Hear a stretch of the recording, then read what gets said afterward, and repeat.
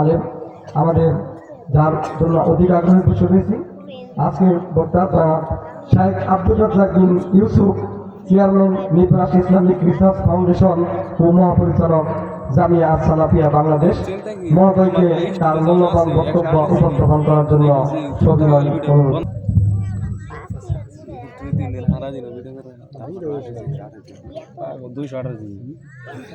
আসসালামু আলাইকুম ওয়া রাহমাতুল্লাহ। আলহামদুলিল্লাহি ওয়াহদা ওয়াসসালাতু ওয়াসসালামু আলা মান লা নাবিয়্যা বা'দা। আম্মা বা'দ। আউযু বিল্লাহি মিনাশ শাইতানির রাজীম। ওয়াইলুল লিকুল্লি হুমাযাতিল লুমাযা। সাউন্ড ক্লিয়ার হইতেছে না। عن جبير بن مطعم رضي الله تعالى عنه قال قال رسول الله صلى الله عليه وسلم لا يدخل الجنة قطات وفي رواية النمام رواه البخاري مسلم। সম্মানিত দিনী বৈঠকের দিনী মুসলিম ভাই বোন, প্রশংসা আল্লাহর জন্য, শান্তি অবতীর্ণ হোক আল্লাহর রাসূলের উপর সাল্লাল্লাহু আলাইহি ওয়াসাল্লাম। আজকের দিনী বৈঠকের সংক্ষিপ্ত সময়ে বক্তব্যের বিষয় গীবত, পরনিন্দা। গীবত সম্পর্কে গুরুত্বপূর্ণ সংক্ষিপ্ত তথ্যবহুল বিবরণের চেষ্টা করব ইনশাআল্লাহ আজিজ।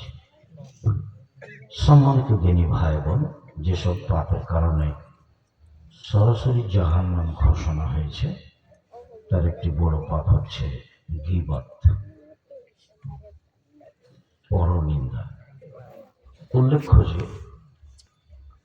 বড় পাপ দুই ভাগে বিভক্ত, একগুলি মানুষের সাথে জড়িত, একগুলি আল্লাহর সাথে জড়িত। আল্লাহর সাথে জড়িত পাপ যত বড়ই হোক ক্ষমা সহজ, উনি ইচ্ছা করলেই ক্ষমা করতে পারেন। তবে মানুষের সাথে জড়িত পাপ সহজে ক্ষমা হয় না, আর আল্লাহ ক্ষমা করেন না। মানুষের সাথে জড়িত পাপ যদি আল্লাহ ক্ষমা করে দেন তাহলে আল্লাহ হবেন জালেম, অত্যাচারী।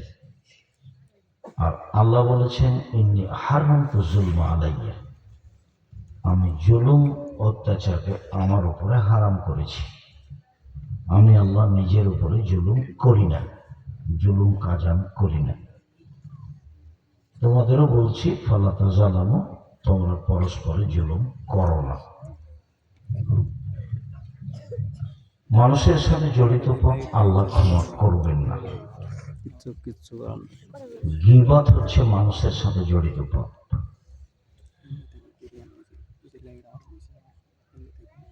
সুদ মহাপাপ, এ কথাই ঠিক।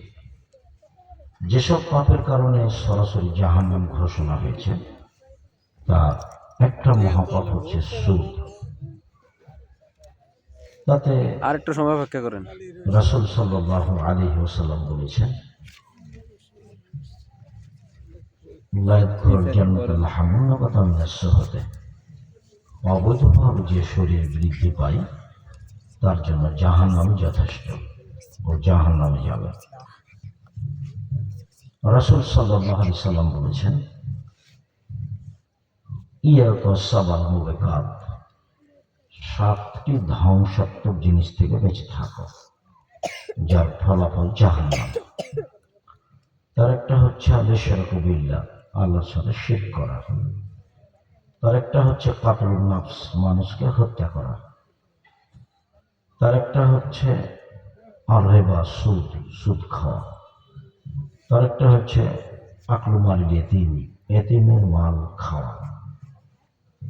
এগুলো মানুষ করলে জাহান্নাম যাবে।